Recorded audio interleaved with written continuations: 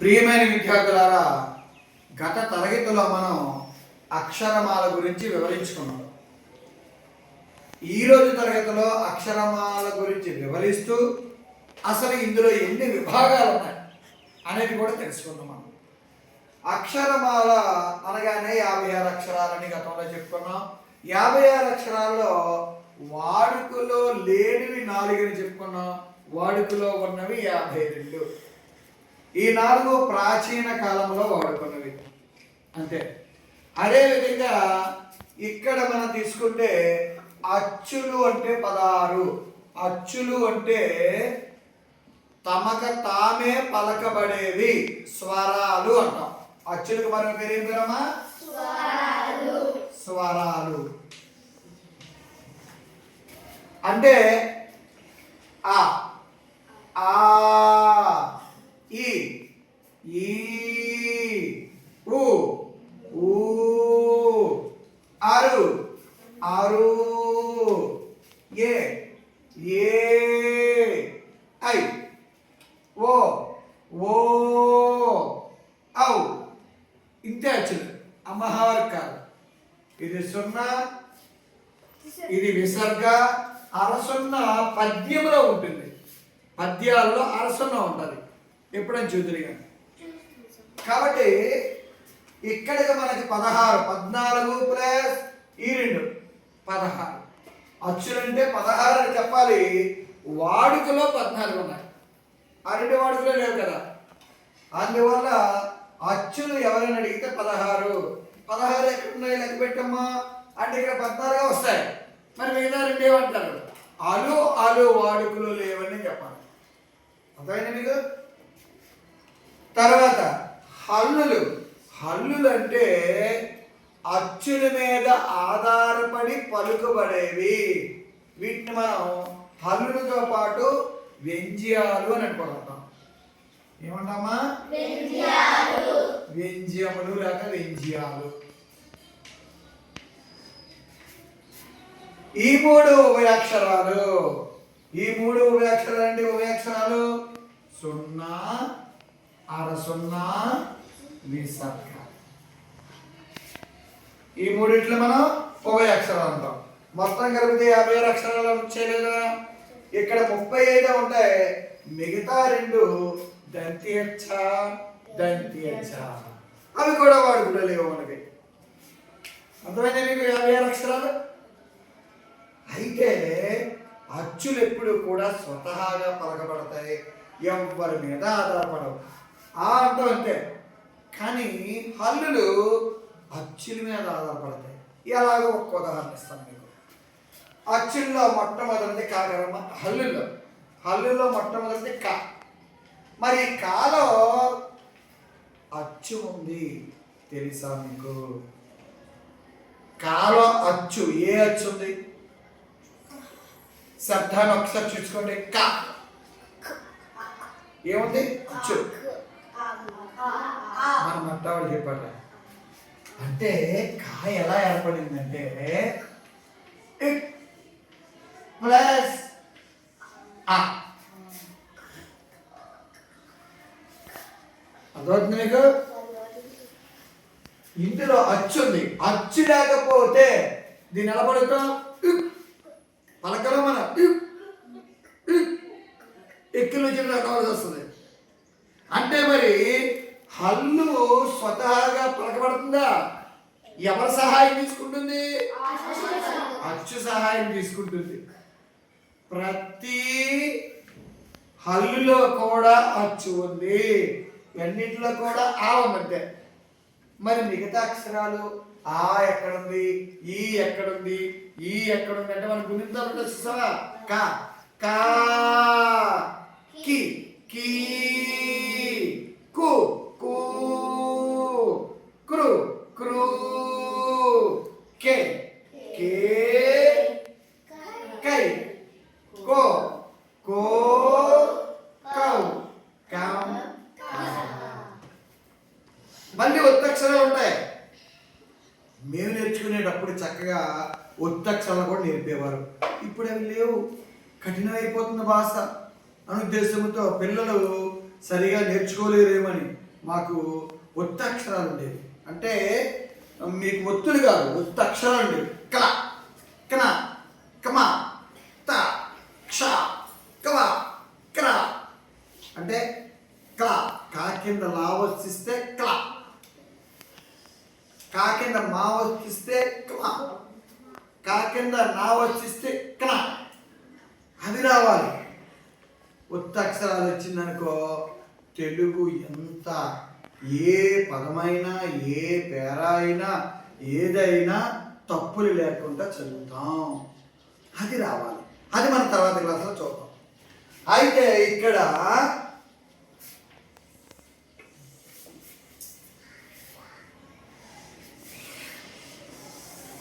ఇవన్నీ కూడా ఏంటమ్మా? అచ్చులు. చక్కగా అర్థమవుతుందా లేదా మీకు? అరటి పండు ఒలిచి నోట్లో పెట్టినట్టుందా లేదా? లేదు. అంటే నేను అరటి పండు ఒలిచి నోట్లో పెట్టినట్టు చెప్పట్లేదు అంటుంది అమ్మాయి. వివరంగా చక్కగా చెప్తున్నానా? అంటే ఏమనుకుంటుందంటే మీరు ఎక్కడ అరటిపండు తెచ్చారండి, అరటిపండు లేదు కదా అనుకుంటుంది. అరటిపండు పెట్టడం అంటే సులువుగా అని అర్థం. మనం ఏదో చదువుతూ ఉంటాం, అమ్మ కానీ నాన్నగారు వచ్చి నీకు అరటిపండు పెట్టినట్టుగా ఒకటి ఎలా వచ్చి తినియమ్మా అని ఇస్తే తినేస్తా కదా సులువుగా. మనం అలా మీకు నేను సులువుగా అర్థమయ్యే రీతిలో చెబుతున్నానా లేదా? కానీ అరటి పండు ఒలిచి నోట్లో పెట్టినట్లు అంటారు. అర్థమైంది మీకు? ఇప్పుడు ఇవన్నీ మిగతావన్నీ కూడా హల్లులు, ఉభయ అక్షరాలు. దీంతో పాటు ఇక్కడ వేసుకున్నాం 6 0. ఆ 3 ఉభయ అక్షరాలు. 0 0 0 0 విసర్జన. అర్థమైంది కదా మీకు? ఇక్కడ వచ్చేటప్పటికి వీటిని వర్గాక్షరాలు అంటాం. క, చ, ట, త, ప. ఏమంటాం వీటిని మనం? వర్గాక్షరాలు. కచట తప, కచట తప. వీటిని మనము పరుషాలు అంటాం. పరుషాలు అంటే కఠినంగా పలుకుతాం. కచట తప కొంచెం కష్టంగా పలుకుతాం. ఏమంటాం వీటిని మనం? పరుషాలు.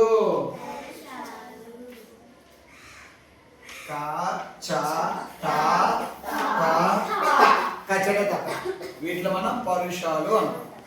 ఇక్కడ గజెడదామని చూడండి. గ, జ, ద, ద, బ. వీటిని మనం సరళాలు అంటాం. ఏమంటామా? గ, జ, ద, ద, బ. సరళ. ఇవి సులువుగా పలుకుతాం మనం. గజెడ తప. కానీ కచ్చట తప చూడండి. కచ్చట తప కొంచెం కష్టంగా పడుతున్నామా? కష్టంగా పడతాను కాబట్టి పరుషాలు అంటాం.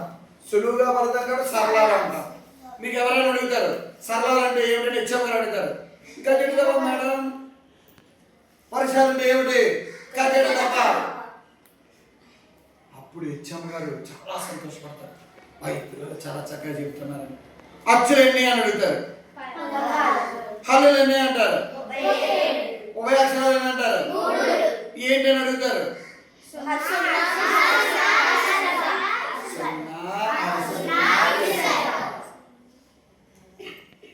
ఇప్పుడు వీటిని మనం ప్రథమాక్షరాలు అంటాం. వర్గములో ప్రథమాక్షరం. వీటిని మనం ద్వితీయ అక్షరాలు అంటాం. ప్రాణాక్షర మహాప్రాణాక్షరాలు అంటాం.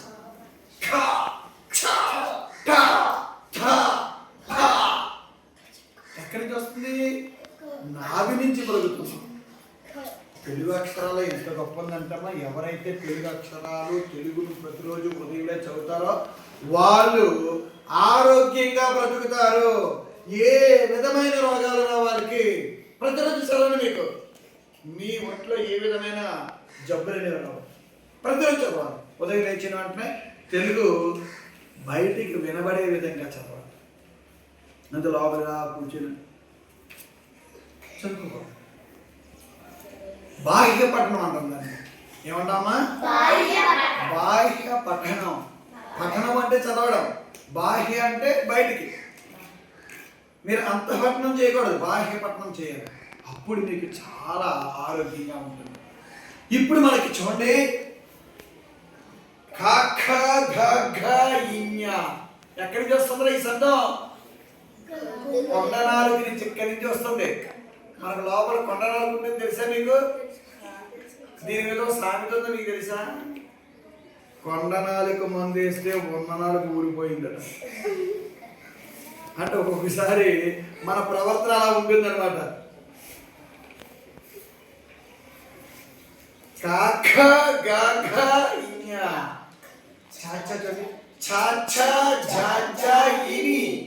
ఇది కొంచెం పైకి, కొండ నాలుగు పైకి వస్తుంది. మనం పలికేటప్పుడు చూడండి తర్వాత మీరు అన ఎక్కడి నుంచి వస్తుంది? గొంతుకులో నుంచి.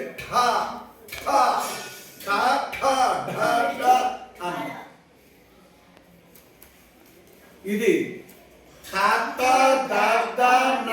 నాలిక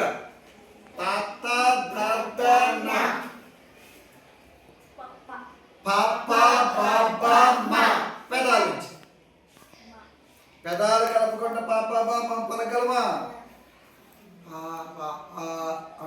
పలకలే. పెదాలు కలుపుతాం. తాత ఈ నాలుగుని పెడితే కానీ వస్తుంది. తాత దర్దన. ఎంత చక్కగా చెక్కారు చూడాలి తెలుగు అక్షరాలని. కొండ నాలుక కింద నుంచి ప్రారంభమయ్యి అచ్చులు ఎక్కడికి వస్తున్నాయి? పెదాల వరకు వస్తున్నాయి. అంటే మనకి ఎక్సర్సైజ్ అనమాట అది. తర్వాత యా రా లా వా సే షా సా హా అలా ఇవి ఒక నాదం, సంగీతం వచ్చినట్టు. ఇలా సంగీతం వచ్చినట్టు ఒక్కోసారి కలుస్తుంది, ఒక్కోసారి కలవట్లేదు, ఒక్కోసారి లోపల నుంచి వస్తుంది, అన్ని విధాలుగా వస్తుంది. అంటే మన తెలుగు అక్షరాలు ఎంత గొప్ప అక్షరాలు చూడండి, ఆరోగ్యాన్ని ఇస్తాయి. అందుకే ప్రతిరోజు ఉదయం లేచిన వెంటనే అక్షరమాలక్షరం చదువుకోండి, తెలుగును కూడా స్పష్టంగా చదువుకోండి. అప్పుడు మీరు ఎప్పుడు కూడా ఏ విధమైన అనారోగ్యం అనేది మీకు ఉండదు.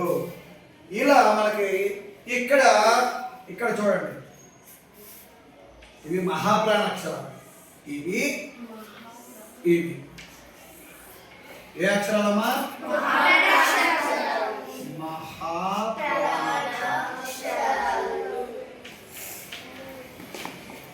ఇప్పుడు ఇవి ఉన్నాయి చూసారా? ఇది అన నా మా. వీటిని అనునాసికాలు అంటాం. అనునాసికాలు అంటే అర్థం ఏమిటి?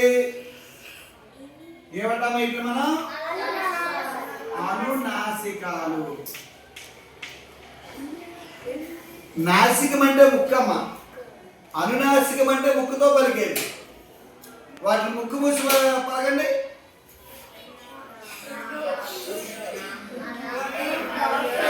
వస్తుందా? ముక్కు మూసి అక్షరాలు వస్తాయి స్పష్టంగా వస్తున్నాయిరా. ఇని అన నా మా. వాటిని ఏమంటే మనం అనునాసికాలు. ఎందుకు? ముక్కుతో పలుకుతాం. వీటిల్ని ఊష్మాలు అంటారా? ఇక ఈ మూడింటిని కూడా 4 వరకు షే షా సా హా. ఊష్మాలంటే ఊది పలుకుతాం. ఊది షే షా షా సా హా. ఊతనా లేదా? వీటిలో మనం ఏమంటాం? మనం ఊష్మాలు.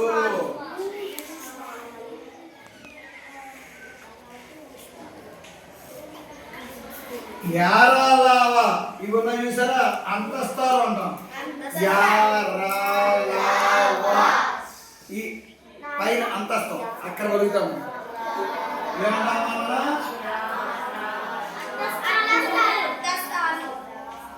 అంతస్తాలు. చూసారా మన అక్షరాల్లో ఎన్ని విభాగాలు ఉన్నాయా? ఇవన్నీ మీకు ఎప్పుడైతే తెలుసా? మరి ఇప్పుడు సులువుగా అర్థమైందా లేదా? ఊష్మాలు అంటే ఏమిటి? ఊష్మాలు అంటే ఏమిటి? ఎందుకు ఓషణాలు అంటాం?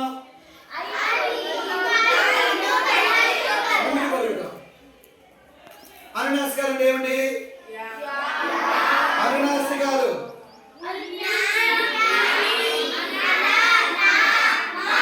ఎందుకు అనునాసికాలు అంటాం? అంతస్తాలు అంటే ఏమిటి? అంటే పై మహాప్రాణాక్షరాలు అంటే ఏమిట్రా?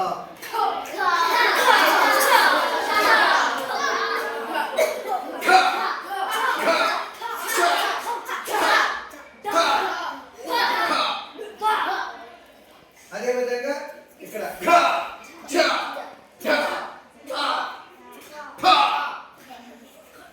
వీటిని మహాప్రాణాక్షరాలు అంటాం. అచ్చునికి మరో పేరేమిటి? హల్లునికి మరో పేరేమిటి? తెలుగు భాషలో అక్షరాలు ఎన్ని ఉంటాయమ్మా? వాడుకలో ఎన్ని అక్షరాలు ఉన్నాయి? వాడుకలో లేనివి ఎన్ని ఉన్నాయి? అచ్చులు ఎన్ని? హల్లులు ఎన్ని? ఉభయాక్షరాలు ఎన్ని? కాబట్టి ఈ యొక్క మన తెలుగు అక్షరమాల మీద సరైన పరిజ్ఞానం మీ అందరికీ వచ్చిందా లేదా? రాని వాళ్ళకి మీ అందరూ నేర్పాలా లేదా? మీ అక్కలు అన్నయ్యలు చాలా మంది 7, 8, 9, 10లో ఉన్నారు. వాళ్ళని అడిగి చూడండి, అక్షరం అడగండి చెప్పలేరు, హల్లుని అడగండి చెప్పలేరు. ఎందుకంటే మీకే నేను నేర్పాను. ఇవి ఎక్కడ నేర్చుకోవాలంటే 5వ తరగతిలోపే నేర్చుకోవాలి. 6వ తరగతిలో ఇప్పుడు మీకు నేర్పాను. ఇవి మర్చిపోకూడదు, ప్రాక్టీస్ చేసుకోవాలి. మీరు ఏం చేయాలంటే ఇలా పట్టిక వేసుకొని పుస్తకంలో రాసుకొని దేనికి దానికి రాసుకోండి. ఇప్పుడు మనకు అక్షరమాలలో అన్ని విభాగాలు అర్థమయ్యాయి కదా. మరి తప్పకుండా మీరు రేపు ఎవరు వచ్చినా, అధికారులు వచ్చినా, మన ప్రధాన ఉపాధ్యాయులు వారు వచ్చినా ఏది అడిగినా చెప్పగలుగుతారా లేదా? మీరు అలా చెబితేనే నేను బాగా చెప్పినట్లు అవుతుంది. మీరు సరిగా చెప్పలేదనుకో, తెలుగు గురువు గారు సరిగా చెప్పలేదని చెడ్డ పేరు నాకే వస్తుంది కదా. మరి నేను మీకు బాగా చెప్పానా లేదా? మీరు బాగా చెప్పినప్పుడు మీరు బాగా చదవాలా లేదా? మీరు బాగా చదివితే ఈ యొక్క పరిజ్ఞానం బాగా మీకు వస్తుందా? తద్వారా తెలుగు భాష బాగా మాట్లాడడం, బాగా రాయడం, బాగా చదవడం వస్తుందా? అప్పుడు తెలుగులో మంచి మార్కులు వస్తాయి రావా? తెలుగు భాష వస్తే అన్ని భాషలు మనం నేర్చుకోవచ్చు. అందుకే ప్రతిరోజు మీరు ఉదయం వేకువజామున నిద్ర లేచి చదవమని గగ్గోలు పెడుతున్నాను నేను. మన లాస్ట్ ఏమనుకుంటుంది, ఏదో గురువు గారు అలా చెప్తూ ఉంటారు, ఉదయాన్నే ఎవరు లేస్తాడు, హాయిగా పడుకుంటే ఎంత ఆనందంగా ఉంటుందో, మూడకేసి ఇలా పడుకుంటే ఎంత హ్యాపీగా ఉంటుందో అనుకోకూడదు. ఎలా శ్రద్ధ కదా, అలారం పెట్టుకోండి, ఉదయం 5 గంటలు నిద్ర తెచ్చుకోండి. చక్కగా ఒక్కసారి లేచిన వెంటనే మత్తుగా ఉంటుంది, చైత్రం లేచేది లేదు. ఆ వెంటనే ఏం చేయాలంటే మీరు చల్లటి నీళ్ళు చేతిలో తీసుకొని ఒక్కసారి ఆక మీద కొట్టుకోండి. నిద్ర పటాపంచలైపోతుంది, ఇక నిద్ర ఉండదు. అక్కడే చేయాలి. అప్పటికీ మీరు లేదంటే మీ అమ్మగారిని, నాన్నగారిని ఎవరినొకరి నీరు ముఖం మీద కొట్టమనండి.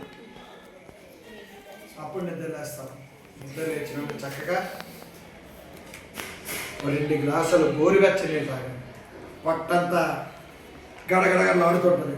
హాయిగా బాత్రూమ్కి వెళ్ళి క్లీన్ చేసుకోండి. అప్పుడు మనకి ఎంత చక్కగా ఉంటుంది. అప్పుడు ఒక 5 నిమిషాలు ధ్యానం చేసుకోండి, తెలుగు చదవండి.